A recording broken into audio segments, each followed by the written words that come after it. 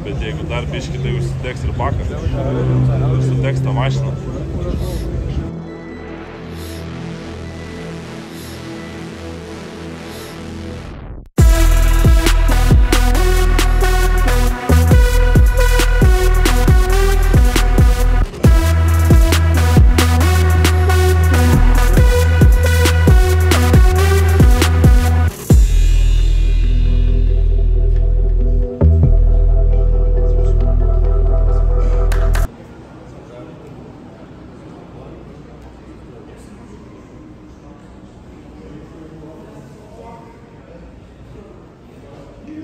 Čia ne minikas.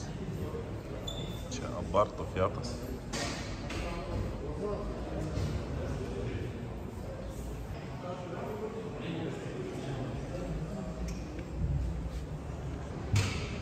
Omega. Ten baimukas stovi. Nu, pažiūrėsime, galima įeiti į vidų.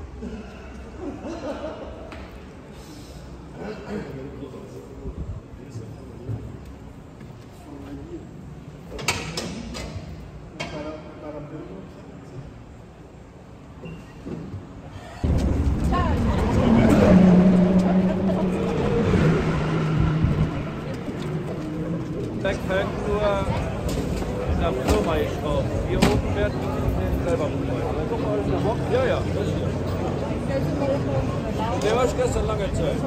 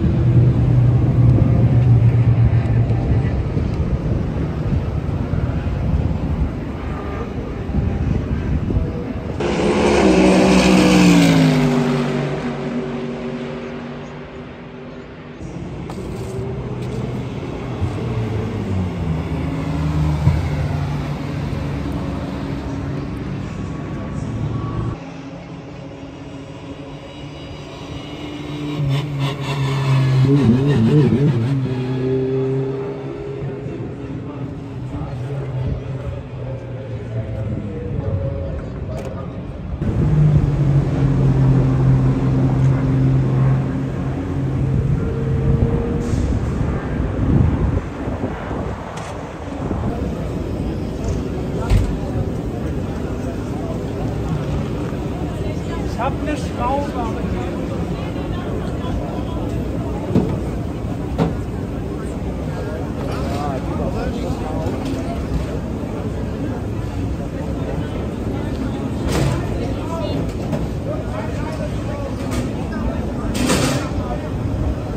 Oettinger Höhe, du kannst reinschieben.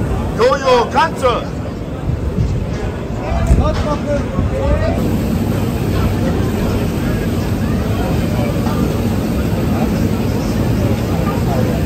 Ja, go!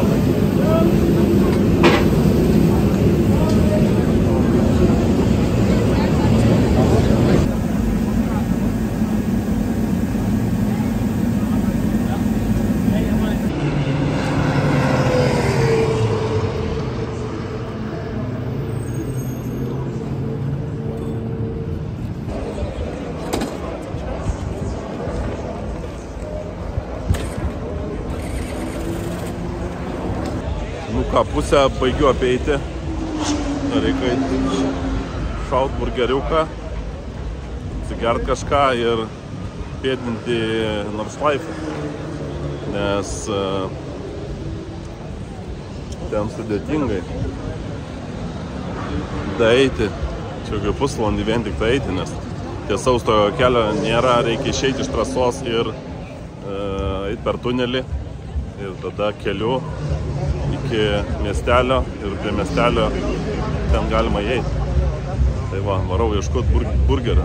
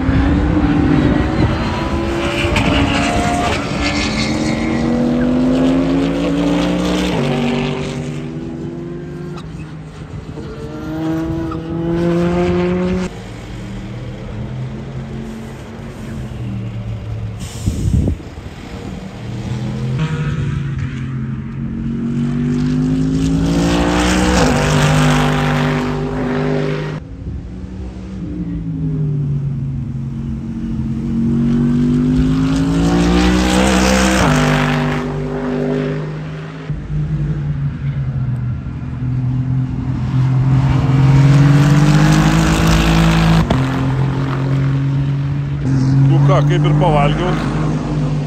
Burgerių, aišku, ten be šansų. Bet jau nieko nėra, viską išpardavę.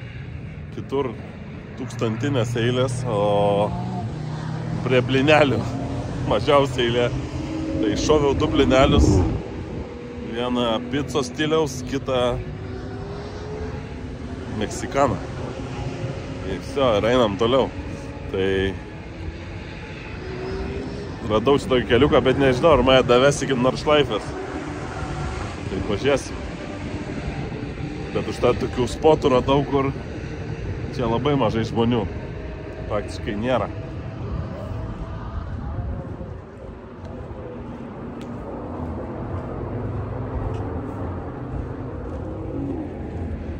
Tai va, bandysiu išeiti, o paskui per čia pareiti, nes čia artimiausias kelias realiai į vieną pusę kempingą.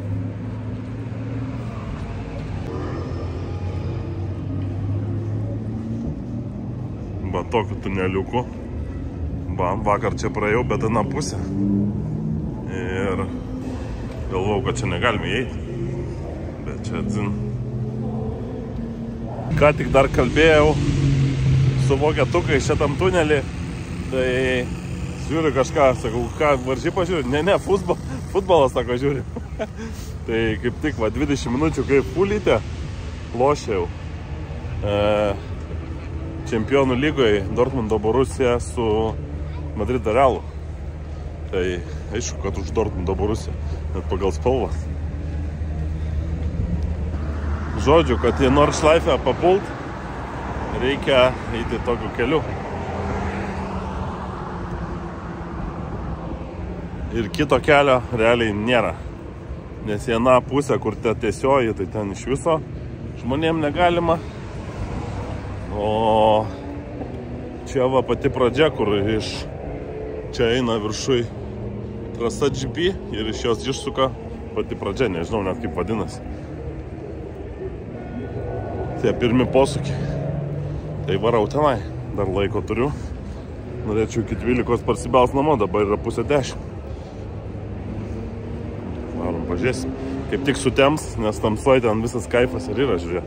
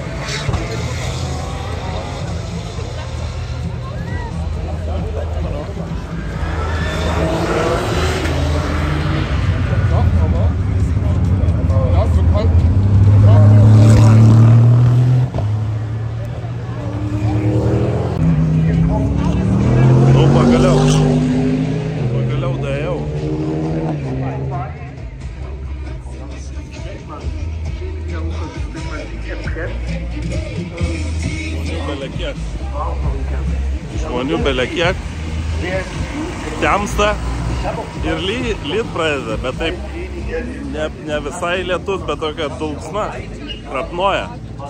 Tai čia jau vienas buvo išslydęs, tik įvažiavęs į Nordschleife. Tai taip įdomi, čia įdomios tos sąlygos tokios. Nakčiai lietus, taip nieko gero. Reikalai.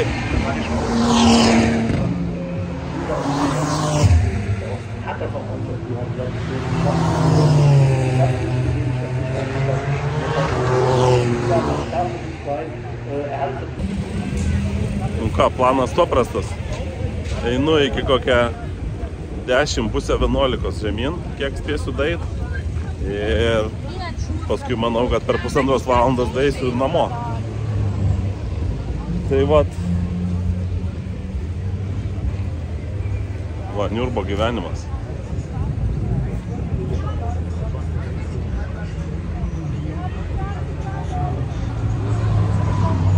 Šistrai, va taip reikia žiūrėti. Čia dabar užsidegė.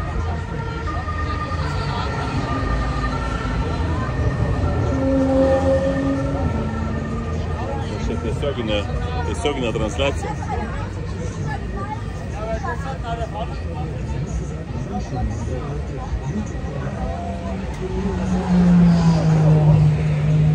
Reikalai, degimas nieko gero, esam degę 2 kartus.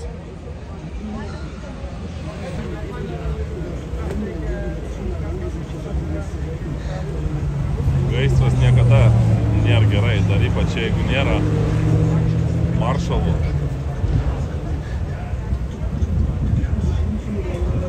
Vairuotojas jau panikoj sustojo ten, kur maršalų nėra. O šiaip pagal visą idėją tai reiktų nepasimesti ir važiuoti ten, kur yra teisėjų postas, kur yra gesintuvai, bent kokie 3. Nes čia nieko, jam labai stipriai nedega padanga ir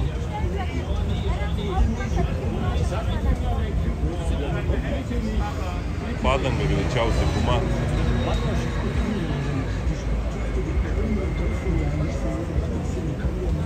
Bet jeigu dar biški, tai užsitegs ir bakas, ir sutegs tą mašiną.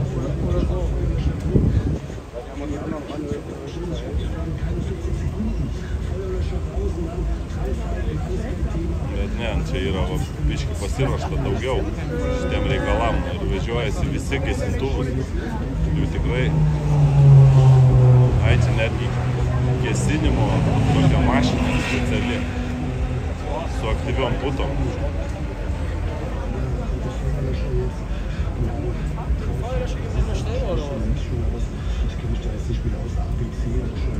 Viskas jau gesina, bet gali būti ir per vėlų.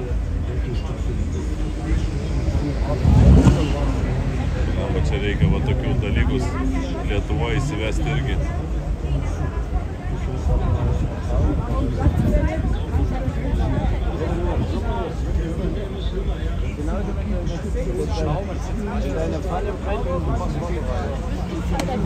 Jau dabar čia rimtesnė ugnis.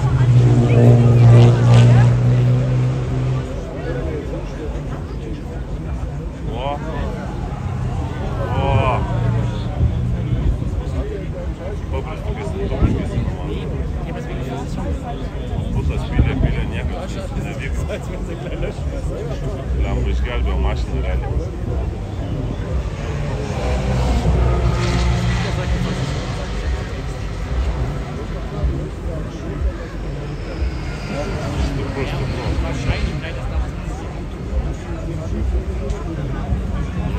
Galės ramiai mėgoti.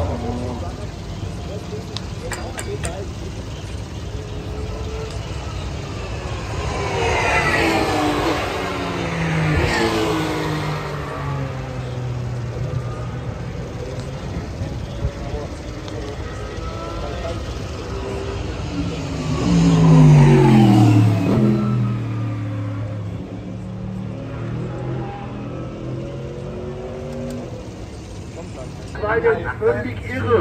Die Uhrzeit in Zukunft ja so leicht und nicht so legen. Das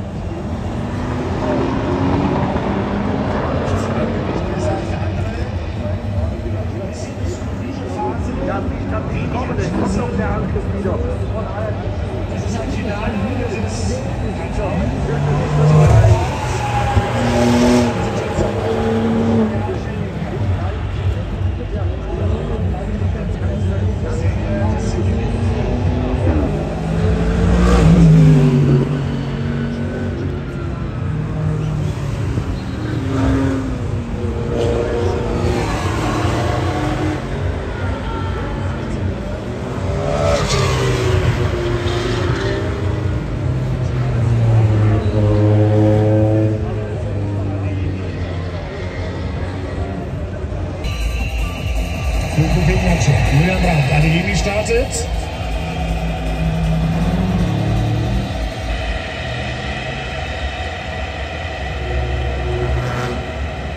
Also es ist nur ein Gefühl, Moritz, aber ich komme mir vor, als stünde es 0-0 und wir sind schon in der 80. Minute, weil das Spiel irgendwie sich gerade nicht so richtig bewegt, dann mal bei...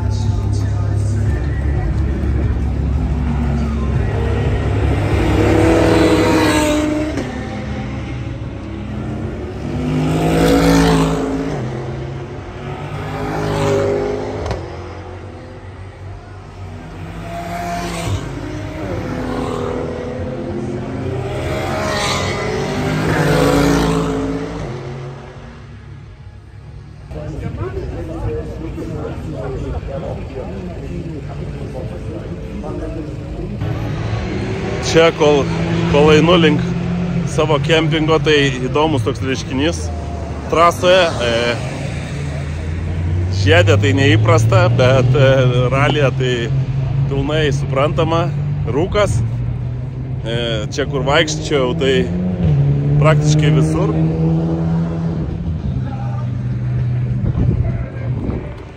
O kitur nežinau. Bet žiedė tai tikrai labai neįprasta. Čia tik tai ralyje būna taip. Sąlygos labai įdomios. Realiai nelyja, bet rūkas ir visur tokia nešlapia, bet drėgna trasa. Nu, čia nesuprasi. Girdėjau, kad per transliaciją, kad vieni su pjaustais slikais važiuoja, kiti su šlapiom. Ir ten kapojasi.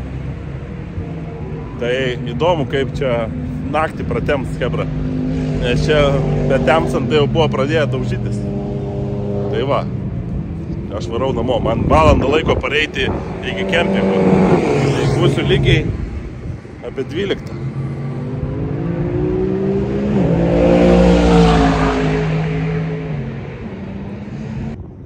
Nu, va taip atrodo trasa. Čia kažkaip keistai tuščia. Arba safety caras, arba dar kažkokie velniai. Čia kokia 3 minutės čia stoviu ir jokio veiksmo. Ir rescue malūnsparnio nėra. Čia va prie to angaro buvo rescue malūnsparnis. Tai pasirodo ta ramuma ne veltui, o dėl rūko buvo paskelbta raudona vėliava ir sustabdytos lenktynės. Tai ramiai galiu eiti link namų. Nieko nepraleisiu.